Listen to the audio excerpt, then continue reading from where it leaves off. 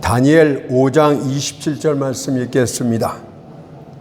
대겔은 왕이 저울에 달려서 부족함이 배웠다 하며. 아멘. 오늘 본문 말씀을 통하여 하나님의 저울, 이런 제목으로 하나님의 말씀을 살펴보도록 하겠습니다. 하나님의 저울. 본문 내용은 바벨론 제국의 벨사살 왕에 대한 하나님의 평가입니다. 이 땅의 왕들과 황제들과 군주들도 평가를 받을 시기가 있습니다. 비록 그들이 사람들로부터는 어떤 평가도 받지 않는 높은 위치에 있다 할지라도, 비록 그들이 세상의 저울은 다 피할 수 있다 할지라도 하나님의 법정에선 반드시 신문을 받게 됩니다. 다니엘서 5장 27절의 말씀처럼 대겔은 왕이 저울에 달려서 부족함이 배웠다 하며, 이것은 국가의 경우에도 마찬가지입니다. 국가들이 저지른 범죄는 이 생에서 반드시 보응을 받게 됩니다. 바벨론 제국을 보십시오. 그들은 많은 피를 흘린 범죄자였습니다. 하나님께서는 그 나라가 일정한 기간 동안 성장하고 번창하여 하나님의 망치로서 다른 많은 국가들을 산산조각 내는데 사용되도록 허락하셨습니다.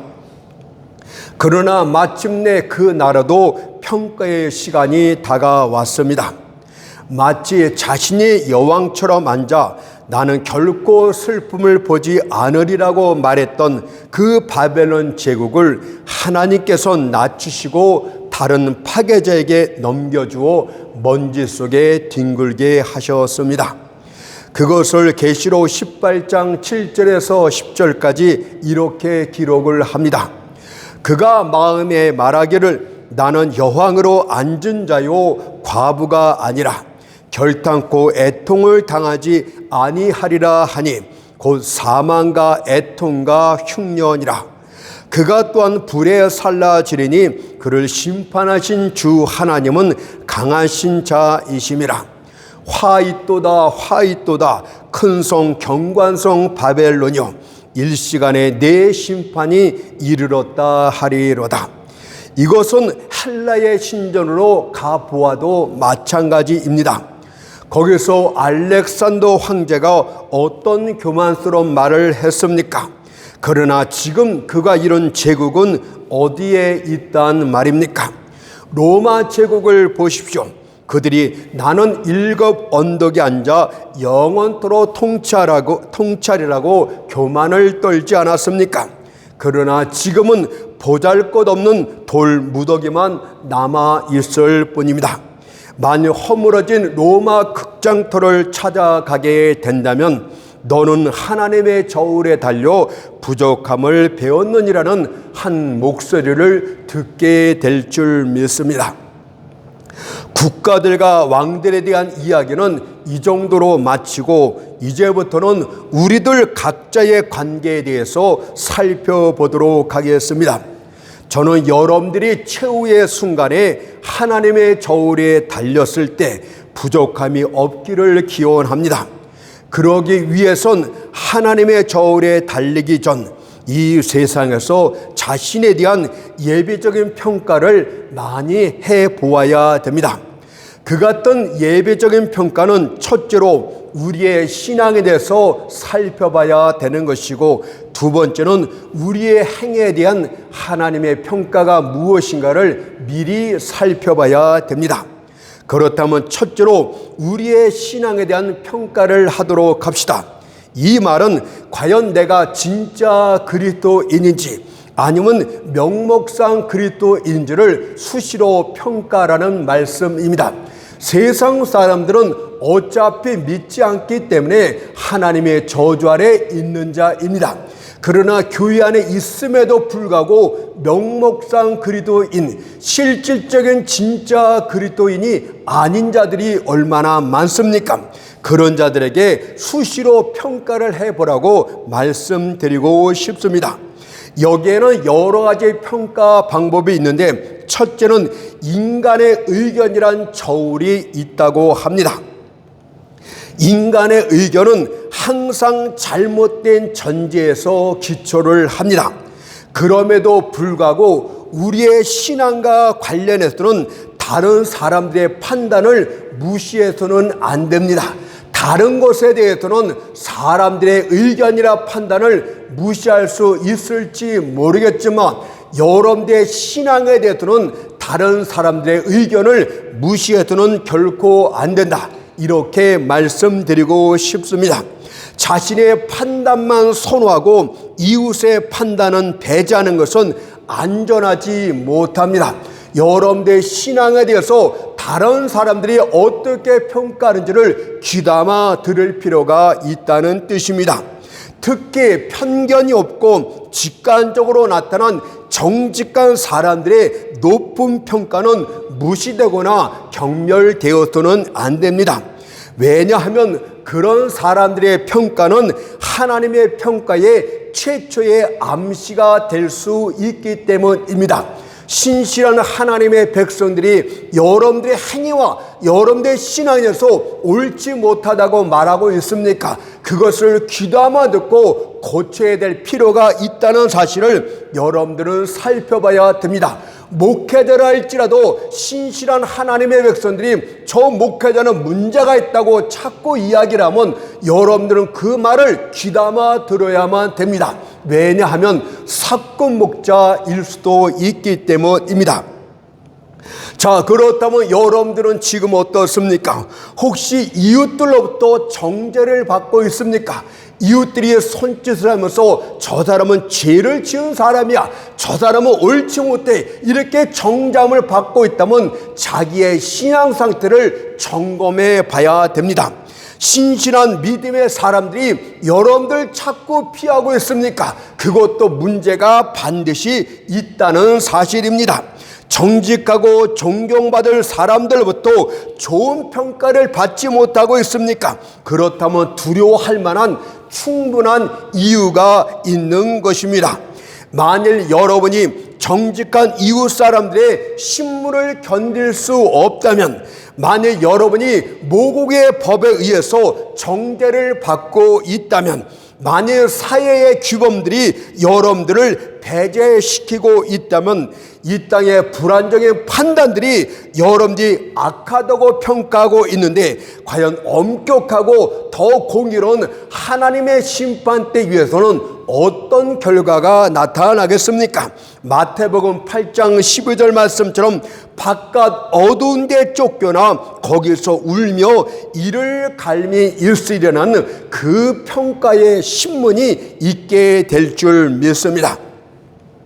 그리고 이보다 더 좋은 평가와 저울들이 있는데, 첫째로 하나님의 율법이란 저울을 통해서 자신의 신앙을 평가해봐라, 이렇게 또 말씀드리고 싶습니다.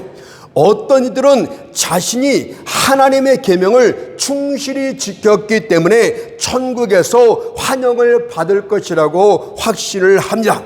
이들은 나는 이런 계명도 지었고 정직하게 살았으며 사람들에게 존경과 칭찬을 받고 있다고 우쭐하고 있는데, 하나님의 율법에서 그런 생각을 하고 있다는 것은 여러분들이 문제가 있다는 것을 말씀하고 있는 것입니다. 여러분들이 율법의 저울에 올려졌을 때 여러분들은 깃털보다 가볍다는 것을 발견해야만 됩니다. 당신의 어리석은 머리 위에 당신은 하나님의 저울에 달려 부족함에 배웠다는 선고가 내려질지도 모르기 때문입니다. 로마서 3장 20절을 보세요. 율법의 행위로 그의 앞에 의롭다함을 받을 육체가 없나니 라고 말씀하고 있지 않습니까?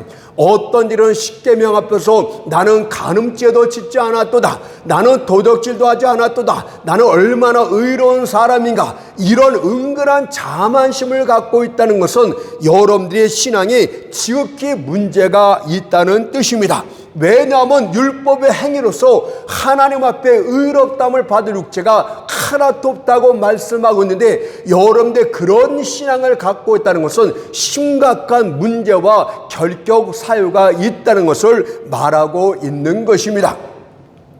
하나님이 율법을 주신 목적은 무엇입니까? 율법을 지킴으로 구원에 이르기 위해서 주신 것이 아니고, 본래 인간들은 율법을 지키지 없는데 율법을 주신 것은 죄를 깨닫게 하기 위해서 주신 것입니다.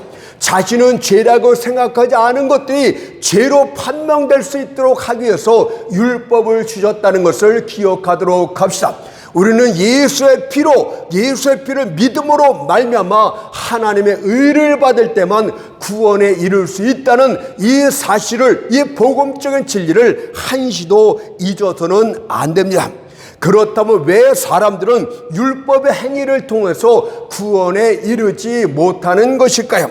여기에는 두 가지 이유가 있습니다. 첫째는 율법의 영성 때문에 절대 율법의 행위를 온전히 지킬 수가 없습니다. 로마서 7장 14절에서 우리가 율법은 신령한 줄 알거냐 라고 말씀하신 것은, 율법은 문자적으로만 지켜서는 안 되고 내면의 정신까지, 내면의 의미까지 온전히 지키는 것이 율법을 지키는 것이라고 말씀하고 있기 때문입니다. 예를 들어서 간음하지 말라는 계명을 문자적으로만 지킨 것은 율법을 지킨 것이 아닙니다. 왜냐하면 마태복음 5장 28절에서 여자를 보고 음욕을 품는 자마다 마음에 이미 간음하였느니라고 말씀하고 있기 때문입니다. 마음의 음욕만 품어도 율법은 여러분들을 간음죄를 지었다고 정죄하고 있는 것입니다. 또한 형제를 미워하며 노하여 나가라고 욕하는 자들도 마음속으로 이미 살인한 자라고 성경이 말하고 있기 때문입니다. 그런데 어떻게 율법의 영성을 지킬 수 있단 말입니까? 율법을 문자적으로 지키면서 외식적인 신앙 교만에 빠졌던 바리새인들과 서기관들을 향해서 주님께서 이렇게 꾸짖으셨습니다. 마태복음 23장 27절 말씀을 보세요. 화 있을진저 외식하는 서기관과 바리새인들이여, 회칠한 무덤 같으니 겉으로는 아름답게 보이나 그 안에는 죽은 사람의 뼈와 모든 더러운 것이 가득하도다 라고 말씀하고 있지 않습니까? 두 번째는 율법의 연관성 때문에 율법의 행위론 구원에 이르지 못합니다. 율법의 연계성이란 도대체 무엇입니까? 율법은 단 하나의 계명만 어겨도 모든 계명을 다 어긴 것으로 인정되고 판명되기 때문입니다. 만일 여러분이 자전거 체인을 보게 된다면 그 체인이 수많은 체인 연결고리로 연결되어 있다는 것을 알게 될 것입니다. 그래서 고리 하나만 끊어져도 체인 전체를 쓸 수 없게 되는 것과 마찬가지입니다. 율법도 작은 계명 하나만 어겨도 율법 전체를 어긴 것이라고 야고보서 2장 10절이 이렇게 말합니다. 누구든지 온 율법을 지키다가 그 하나에 거치면 모두 범한 자가 되나니 라고 말씀하고 있지 않습니까? 따라서 율법을 지킴으로 천국에 이를 것이라고 생각하는 것은 어리석은 자입니다.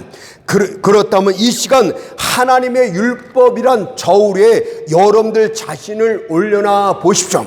만일 여러분이 자신이 율법과 계명을 지킨 것을 은근히 자랑하고 싶어하고 사람들과 비교함으로써 은근히 우쭐대는 감이 있다면 여러분들은 무엇입니까? 하나님 앞에 부족함을 보인 자라고 말씀드리고 싶습니다. 과연 누가 나를 비난할 수 있단 말이냐?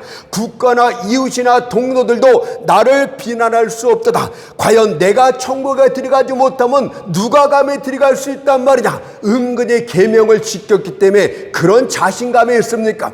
여러분들은 심각하게도 율법의 저울대 위에서 부족함을 보인 것입니다. 그러나 만일 여러분들의 세리처럼 감히 하늘을 우러져보지 못한 채 가슴을 치며 나는 도저히 하나님의 계명을 지킬 수 없는 죄념을 깨닫게 되고, 그래서 예수 그리스도만 전적으로 의지하고 있다면 여러분들은 율법의 저울 앞에서 넉넉함을 보인 증거라고 할 수 있겠습니다. 갈라디아서 2장 16절 말씀처럼 사람이 의롭게 되는 것은 율법의 행위에서 난 것이 아니오 오직 예수 그리스도를 믿음으로 말미암는 줄 아는 거로 우리도 그리스도 예수를 믿나니 라고 말씀하고 있지 않습니까? 하나님의 계명을 접하면 접할수록 자신의 율법을 온전히 지키지 못함으로 죄인임을 깨닫고 더욱더 하나님 앞에 겸손케 되는 자가 있습니까? 그것이 정상적인 신앙입니다. 그런데 나는 간음죄를 짓지 않았어 여러분들 뻐기고 자랑스러워하고 싶습니까? 다 나는 저런 사람들과 같지 않아이다. 나는 하나님 앞에 11조를 드리고 일주일에 2번째 금식하고 이런 자랑을 하고 있습니까? 여러분들은 바리새인입니다. 따라서 하나님의 율법, 하나님의 계명이란 저울을 통해서 자신의 신앙을 점검해 볼 필요가 있는 것입니다. 세 번째는 하나님의 말씀의 저울도 있습니다. 율법은 우리의 죄성과 관계가 있다면 복음은 우리와 그리스도의 관계를 밝혀주는 데 도움을 줍니다. 여러분은 다윗처럼 자신의 죄 때문에 뼈가 어그러지며 마음이 물처럼 녹아지는 고통을 느껴본 적이 있습니까? 그래서 신음중에 통곡하며 기도한 적이 있습니까? 여러분들의 죄를 지을 때 이런 심각한 통곡과 고통을 느꼈다면 그것이 구원받은 자의 특징이 되는 것입니다. 시편 22편 1절 2절 말씀 보니까 내 하나님이여 내 하나님이여 어찌 나를 버리셨나이까 어찌 나를 멀리하여 돕지 아니하옵시며 내 신음하는 소리를 듣지 아니하시나이까 내 하나님이여 내가 낮에도 부르짖고 밤에도 잠잠치 아니하였으나 응답지 아니하시나이다. 이런 식으로 통곡하고 애통하며 하나님의 내 죄 때문에 나를 버리셨나이까 진심으로 통해자복하는 그런 자세를 갖고 살고 있는가를 살펴보라 이 뜻입니다. 또한 서신도를 읽을 때마다 그리스도께서 십자가에 달려 돌아가신 것은 자신의 죄 때문에 바로 내 죄 때문에 그랬다는 것을 실질적으로 체험할 수 있어야 되는 것입니다. 여러분들 단지 그냥 문자적으로 글자적으로 예수가 돌아가신 것은 사람들의 죄 때문에 돌아가셨대 교리적으로 알고 있는 것은 정상적인 신앙인이 아닙니다. 그것이 내 개인에게 적용이 될 때 그것이 구원받은 백성의 특징이 되는 것입니다. 디모데전서 1장 13절과 15절을 읽어보세요. 내가 전연한 회방자요 핍박자요 포행자이었으나 도리어 긍휼을 입었나니 그래도 예수께서 죄인을 구원하시려고 세상에 임하셨도다 하였도다. 죄인 중에 내가 괴순이라. 내가 전에는 도적질하는 자요 살인하는 자요 간음죄 짓는 자이었지만 예수께서 이 땅에 임하셔도 죄인의 죄 썼던 나를 구원하여 주셨다. 바로 나를 구원하시기 위해서 주님께서 십자가에 못 박혀 죽으셨다. 주님의 십자가의 사건과 자신이 개인적으로 접목될 때 이것이 정상적으로 구원받은 사람의 특징이 되겠습니다. 그러나 여러분들 교리적으로 모든 사람들에서 예수께서 피 흘려 죽으셨도다 이렇게 막연하게만 알게 된다면 여러분들은 아직도 예수를 모르는 자입니다. 뿐만 아니라 사도 바울처럼 자기가 아직도 죄가 자기 안에서 역사하고 있고 자기는 또한 그리스도를 믿는 믿음 안에서 그 죄가 피 흘려 싸우고 있는가를 살펴봐야 되는 것입니다. 로마서 7장 24절 25절 말씀 보세요. 오호라 나는 공고한 사람이로다. 이 사망의 몸에서 누가 나를 건져내라. 우리 주 예수 그리스도로 말미암아 하나님께 감사하리로다. 이런 체험적인 신앙을 하고 있습니다. 어떤 죄 때문에 몸부림치고 있고 그 죄를 이겨나가려고 여러분들 믿음으로 싸우고 있습니까? 이런 믿음의 갈등이 없는 자는 구원받은 자의 특징이 아닌 것입니다. 거듭난 자의 성품은 죄와 끊임없이 싸우고 피 흘리기까지 죽기까지 싸우게 됩니다. 그러나 여러분들이 죄를 범했음에도 불구하고 아무것도 아닌 것처럼 태연하게 살고 있다는 것은 성녀로 거듭난 자의 본성이 아닌 것입니다.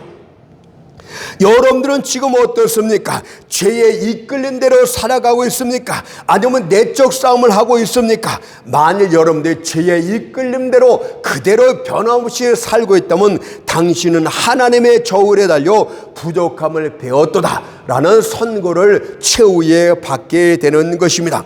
또한 여러분들의 신앙이 피상적인 것이 아니라 실제적인 것으로 느끼면서 여러분들 안에 예수의 생명이 꿈틀거리고 있는가를 실질적으로 느낄 수 있어야 됩니다. 바로 내 안에 예수께서 꿈틀거리고 있도다. 예수의 생명이, 그분이 주신 사의 생명이 내 안에서 꿈틀거리고 있다는 것을 실질적으로 느껴야 되는 것입니다.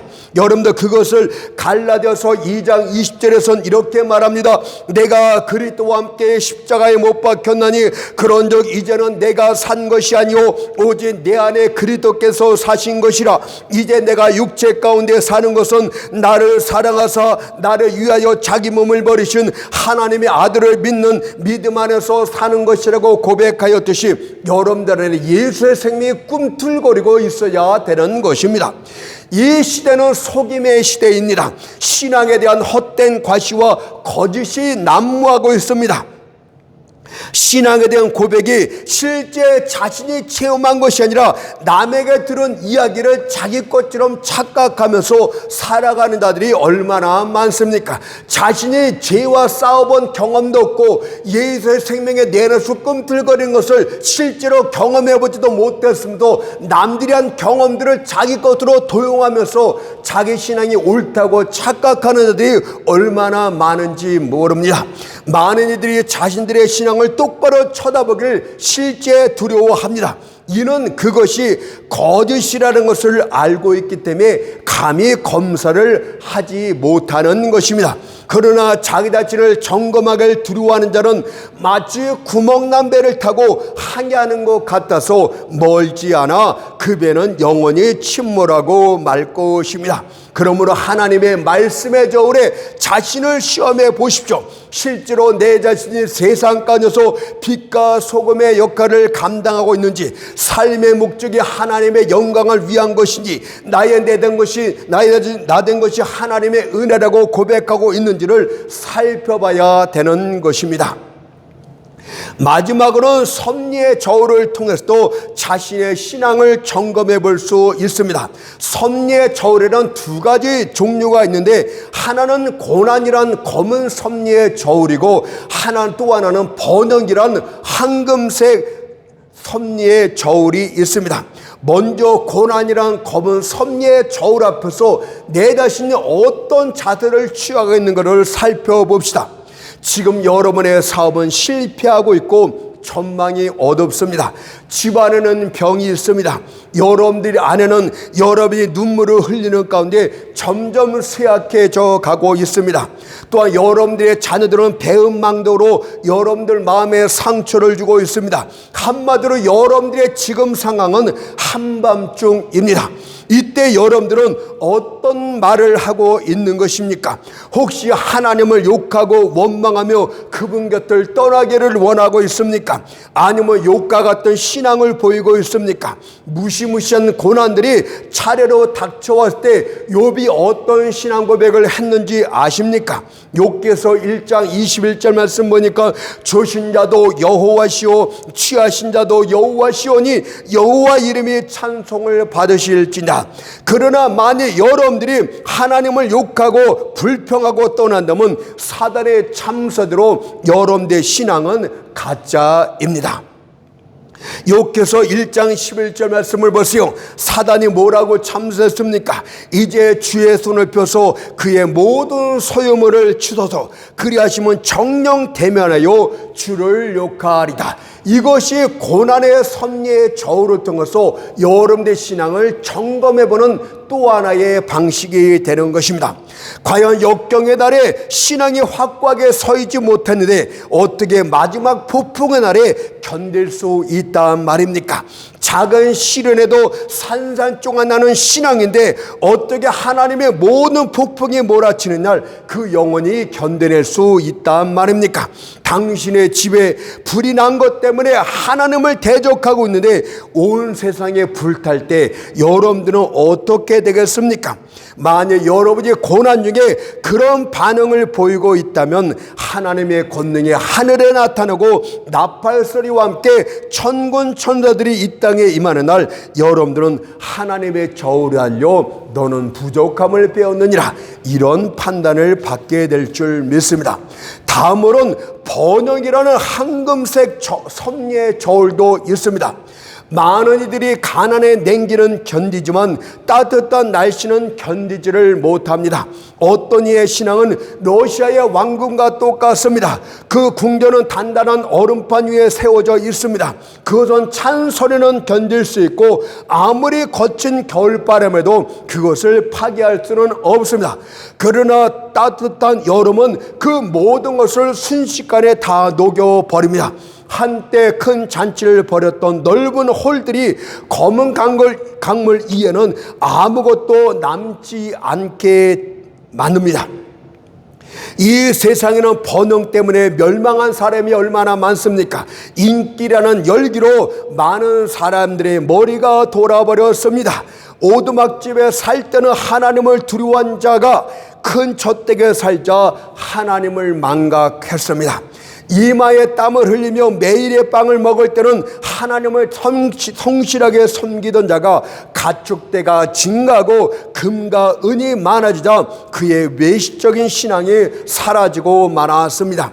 만약 여러분이 주 안에서 안식을 누리지 못하고 세상 헛된 의리에서 안식하기를 원하고 있다면 마지막 날에 당신은 하나님의 저울에 달려 부족함을 배웠다는 선고를 받게 될 줄 믿습니다. 그러므로 지금까지 말한 사람들의 의견이란 저울을 통해서 율법의 저울이라는 것을 통해서 말씀의 저울과 섭리의 저울을 통해서 여러분들 끊임없이 여러 가지 방식을 통해서 자신의 신앙을 점검해 보십시오. 이는 스스로 속지 않고 경계하기 위하여 여러분들이 진실되게 하기 위해서 그렇게 하라고 말씀드리고 싶은 것입니다. 그리고 마지막 날 큰 저울에 여러분들 모두는 한 사람도 예외함이 없이 그 위에 올라가게 될 것입니다. 여러분들의 시간은 곧 끝이 납니다. 그리고 영원히 곧 시작되게 될 것입니다. 죽음이 급히 서두르고 있습니다. 죽음의 화살에 활이 걸려 있습니다. 사람의 심장이 그 관역 아니겠습니까? 그리고 죽음 후에는 무서운 심판이 있을 것임을 히브리서 9장 27절이 말합니다.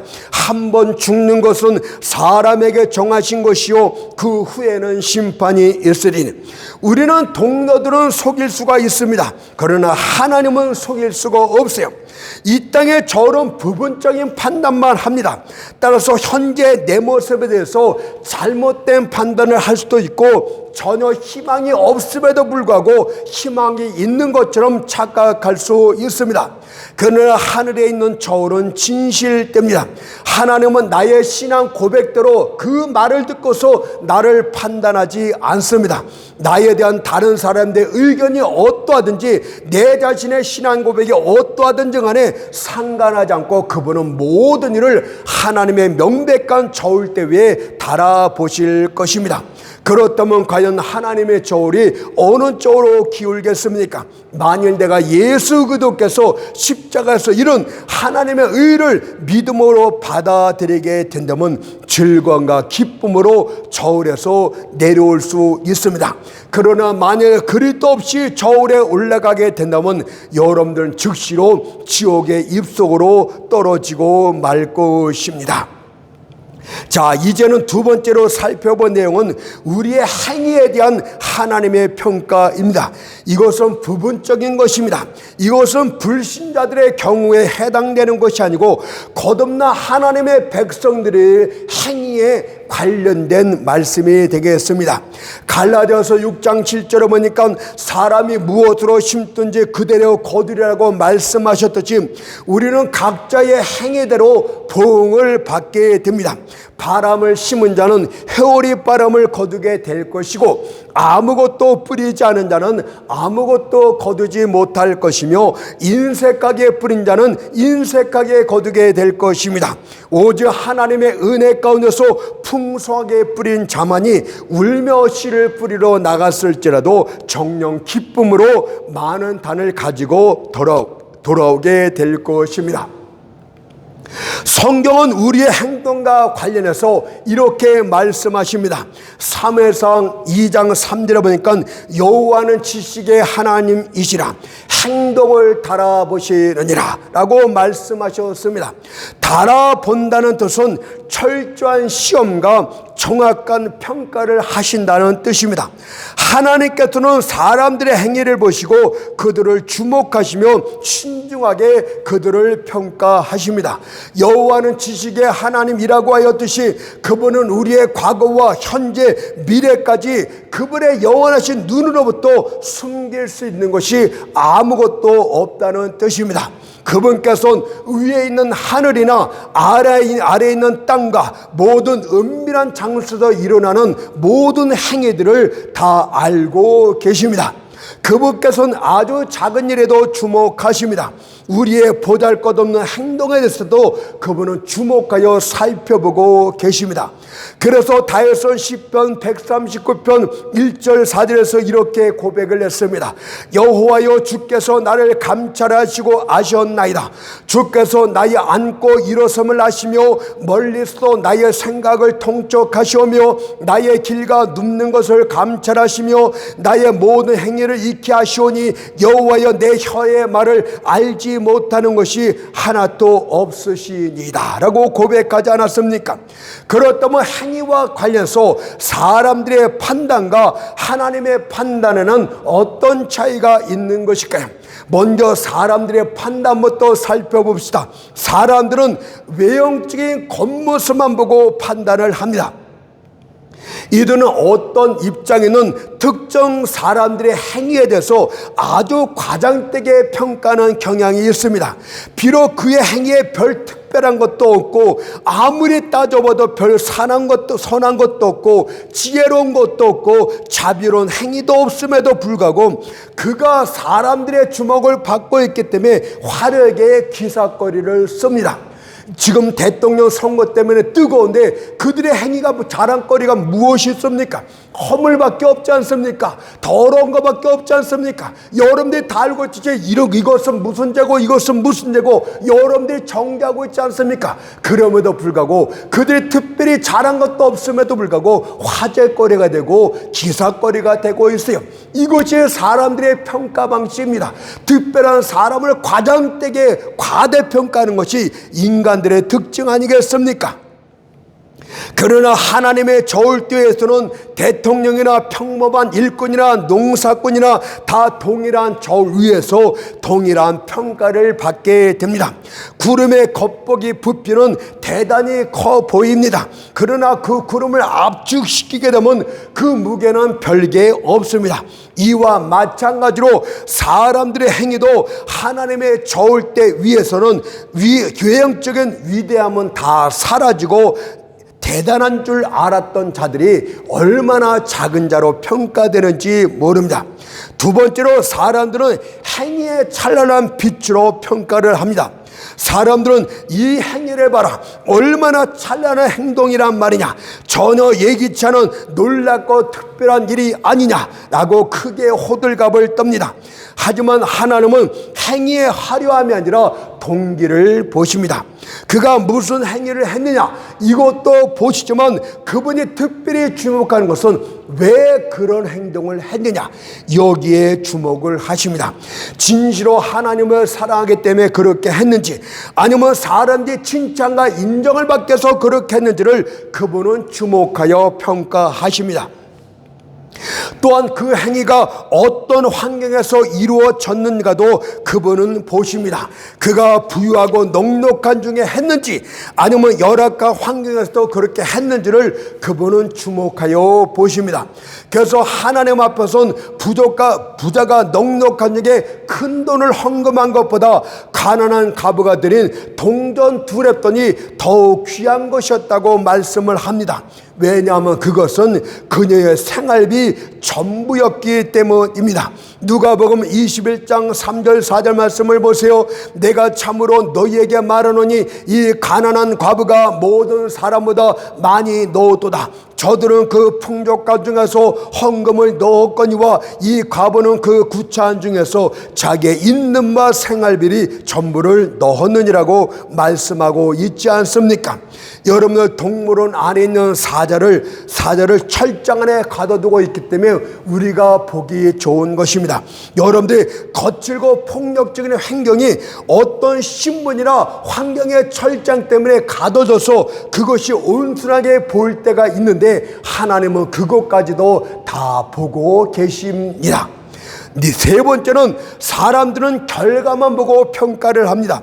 만약 우리가 잘못을 했는데도 불구하고 좋은 결과가 나왔다고 칩시다. 그러면 사람들은 그것을 높이 평가합니다. 그러나 하나님 앞에서는 잘못은 여전히 잘못이고 죄는 여전히 죄입니다. 하나님께서는 행동의 결과가 아니라 행동 그 자체를 평가하십니다. 남을 속여서 부자가 된 사람이나 도덕질을 하다가 붙잡혀 교도소에 갇힌 사람이나 하나님 앞에서는 똑같은 죄인들입니다. 자, 그렇다면 하나님의 평가 방법은 한마디로 어떻습니까? 하나님은 외모를 보지 않고 외형적인 겉모습을 보지 않고 마음 중심을 보고 평가하신다고 말씀하십니다. 사무엘상 10장 7절을 보세요. 나의 보는 것은 사람과 같지 아니하니 사람은 외모를 보거니와 나 여호와는 중심을 보느니라. 많은 사람들이 달리다가 걷고 있고 부지런하다가 게으름에 빠졌습니다. 물론 사람들의 눈에는 그들의 겉모습은 똑같기 때문에 또 예전과 똑같아 보입니다. 그러나 하나님의 눈에는 그렇게 보이지 않습니다. 그들은 기계적으로 행할 뿐이고 틀에 박힌 것처럼 행할 뿐입니다. 정령을 받지도 않고 헌신적으로 능력을 발휘하지도 않습니다. 그들이 그렇게 하는 이유는 무엇입니까? 하나님의 일이 이전보다 더 힘들어졌기 때문에 그런 것입니까? 전에 싸웠던 원수들보다 더 많은 원수들이 나타났기 때문에 그런 것입니까? 다 아닙니다. 그들의 마음 중심에서 하나님의 사랑이 식어버렸기 때문에 그런 것입니다. 하나님은 바로 그 마음 중심을 보고 계십니다. 여러분들은 좋은 것을 하나님께 드릴 수 있습니다. 그러나 마음을 드리지 않으면 그 모든 것들은 하나님께 구역질 나는 것입니다. 여러분들이 마음을 드리지 않는 찬송은 공허한 소리에 불과합니다. 마음을 드리지 않는 봉단은 그분께 모욕적인 것이 됩니다. 마음을 드리기 전에는 하나님을 중심으로 섬길 수가 없어요. 그러므로 마음을 먼저 드리십시오. 그런 다음에 여러분들의 손과 여러분들의 지갑을 드릴 수가 있는 것입니다. 그런 다음에야 여러분들의 혀와 두뇌를 드릴 수가 있는 것입니다. 성경은 신앙에서 뒤로 물러난 자를 패류한 자라고 말합니다. 하나님의 사랑으로부터 하나님과의 교제로부터 뒤로 물러난 자를 바로 패류한 자라고 말씀하고 있습니다. 패류는 그것이 크던 작던 간에 다 죄라고 말씀하고 있고 보응이 있을 것임을 잠언서 14장 14절에서 이렇게 말씀하고 계십니다. 마음에 패류한 자는 자기 행위로 보응이 만족하겠고, 그래서 그들의 삶은 영혼의 기쁨과 즐거움보다는 떨림과 시련으로 가득 차게 될 것입니다. 모세가 금송아지를 취하여 가루로 만든 후 물에 타서 패려한 이스라엘 백성들에게 마시게 함으로써 그들의 쇠 조각을 맛본 것처럼 패려한 자들도 그들의 생활 가운데서 쓴 잔을 마시게 될 것입니다. 인생의 잔에서 쓸개와 쑥이 명백하게 드러나게 될 때 그들은 내가 하나님의 저울에 달려 부족함을 배웠다라는 말씀을 뼈저리게 느끼게 느끼게 될 줄 믿습니다. 그러나 이와 반대로 마음을 하나님께 온전히 드리며 자신의 삶을 하나님께 영화롭게 하는데 초점을 맞춘 자는 자기의 행위로 인하여 복을 받게 될 것입니다. 그들은 인생 가운데서 시편 23장 5절의 말씀처럼 내 잔이 넘치나이다라고 하며 기쁨의 축배를 들게 될 날이 오게 될 것입니다. 한나란 여인을 보십시오. 그녀가 아이를 낳지 못함으로 분인나란 여인으로부터 얼마나 많은 멸시와 구박을 당했습니까? 그러나 그녀는 그 슬픔을 안고 하나님께 기도했는데 하나님은 그의 기도에 신실하게 응답을 했습니다. 근데 그 응답의 이유가 무엇입니까? 잠깐 이미 앞에서 말씀드렸듯이 사무엘상 2장 3절이 하나님의 응답하신 이유래. 여호와는 지식의 하나님이시라. 행동을 달아보시는지라. 바로 한나의 기도가 자기 자신을 철저히 부인하고 믿음으로 살았고 경건함을 지켰던 그녀의 행동이 하나님의 저울에 넉넉함을 부여했기 때문에 하나님이 신실하게 그의 슬픔에 응답하였고 그의 뿔을 높여주셨다고 그가 고백하고 있지 않습니까? 하나님은 사태를 역전시키는 그런 드라마틱한 일을 좋아하시는 하나님이십니다. 그분의 저울에 달려 부족함을 보인 자는 갑자기 낮추시고 넉넉함을 보인 자는 높이시는 것이 하나님의 섭리의 방식입니다. 그래서 한나도 그것을 이렇게 노래를 합니다. 사무엘상 2장 4절과 8절에 보니까 용사의 활은 꺾으시고 넘어진 자는 힘으로 띠를 띠도다. 가난한 자를 진토에서 일으키시며 빈핍한 자를 거름더미에서 드사 귀족들과 함께 하시며 영광의 위를 차지하게 하시는도다. 그렇다면 여러분들 행위를 물어보겠습니다. 여러분들 세상에서 일을 할 때나 주의 일을 할 때 항상 하나님의 영광을 위해서 최선을 다하고 있습니까? 성실과 근면함으로 하고 있습니까? 남이 보든 안 보든 간에 상관없이 마치 하나님 앞에서 하듯이 그렇게 진실되게 하고 있습니까? 진실됨과 성실함이 삶의 자세입니까? 모든 일을 믿음으로 행했습니까? 어려운 일이 있을 때 도와달라고 기도를 했고 지혜가 부족할 땐 지혜를 달라고 힘이 부족할 땐 힘을 달라고 믿음으로 구했습니까? 여러분들 삶 자체가 하나님을 의지하는 삶입니까? 그렇다면 여러분들 행위는 하나님의 저울에서 넉넉함을 보일 것이고 반드시 사태가 역전되는 새날이 여러분들에게 도래하게 될 것입니다. 빈핍한 자가 거름되면서 끌어올려지고 귀족과 함께 앉으며 성공이 확실히 보장되는 자리로 인도함을 받는 새날이 여러분들에게도 있게 될 줄 믿습니다.